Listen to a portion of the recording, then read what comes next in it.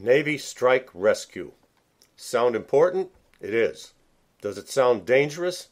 It is that too. This man lived it. These words weigh a ton. If you go down, we're inbound. Navy Strike Rescue will send someone to pilot a helicopter into hostile territory to rescue another pilot who was shot down. Guys like this go a long way toward explaining how America became so strong. I take a back seat to every one of them. I don't even feel qualified to be in the same ballpark with them. So then, what am I doing even talking about this subject? The answer will unfold from what he said to me when he gave me this card that you see. At a luncheon during the 1990s in Washington, D.C., a former Institute of Navigation president, the late Bill Polhemus, introduced me to this man. Neil wasn't a big guy, about average size, and he was unassuming. None of that John Wayne swagger. No, none of that. But was he strong and brave? Yes, absolutely. He would face gunfire while flying a rescue helicopter into hostile territory. I never saw Neil before or since that day in the 1990s, and I learned that he died of cancer about 15 years ago. His lifespan was cut short, but his accomplishments stretched for miles across the horizon and beyond. Here's what he told me. While he was airborne during Desert Storm, it was a relief to see an indicator light come on. It meant that GPS position was then available because enough satellites were in view. A little explanation. Recall that GPS was still in early development during Desert Storm. Most people weren't even aware that it existed. There wasn't yet a full constellation of satellites. Enough to get position fix would be visible only from some locations at certain times. American troops quickly fell in love with GPS.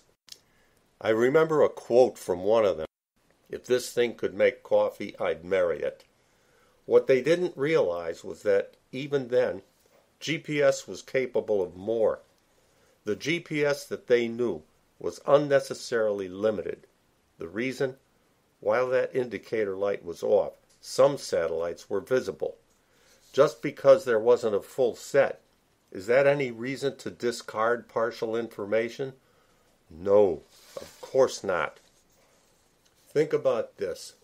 Ancient mariners had to be resourceful. They would take a star sighting here, something else over there, for example, a landmark if they were anywhere near a shore, and any and all fragments of information would be put together to navigate. Today, much of our industry is acting as if we didn't know how to do that. Someone aptly described what GPS offered as a vacation from thinking. Just do what's easy and don't worry about it. Turn on the switch and the answer appears on a silver platter. Not all of our operational systems take that easiest route. To be sure, a good number of designers know how to go further and extract more information, not only from GPS, but also from other sources of measurements for navigation and tracking. But unfortunately, a larger number are not doing that. And even when further steps are taken, they almost never go far enough. That's because some of the steps needed are subtle enough to be missed. Also, many requirements are focused on less important criteria for performance. Instantaneous position at high speed, for example, when precise velocity is far more critical in many operations, because 1 meter per second velocity error projects into 90 meters of position error a minute and a half later. That leads to a surprise. By refocusing to the right goals, some features of your design can make your life easier. So, some of the steps I recommend will require more work, and some will require less. Issues just identified here are much more far-reaching than most people would expect, and the improvements made possible by steps being recommended are profound. Some have been verified by testing including validation with measurements taken in flight by world-class experts. Overall, though, the industry has hardly begun to take advantage of what's available. My goal is to change that. I've done a ton of work on this. In fact, because the simple step of providing direct measurements offers major improvements in so many areas, this subject has come up over and over within one context after another. Accuracy, availability, flexibility, testability, safety, economy, integrity, differential operation.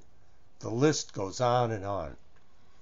As a consequence, advocacy has been included in a variety of conference and journal papers I've written, plus presentations in various forums, beginning with my NACON presentation in 1977.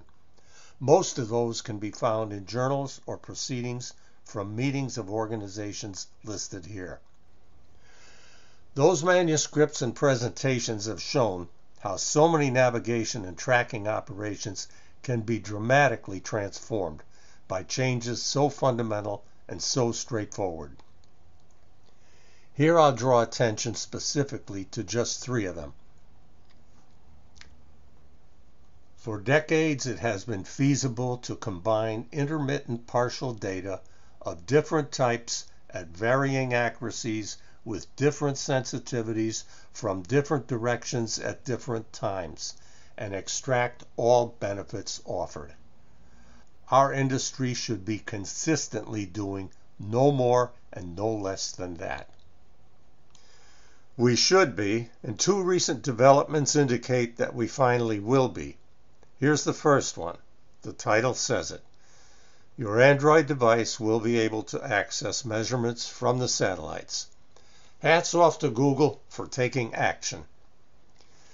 The second development, SAE's Avionics Systems Division Chairman, Bill Woodward, is organizing a navigation standards working group. The collaborators, Geodesics, UrsaNav, Overlook, SAE, and the Institute of Navigation. With all that authority backing it, we can be confident that our needs for vital information will be addressed.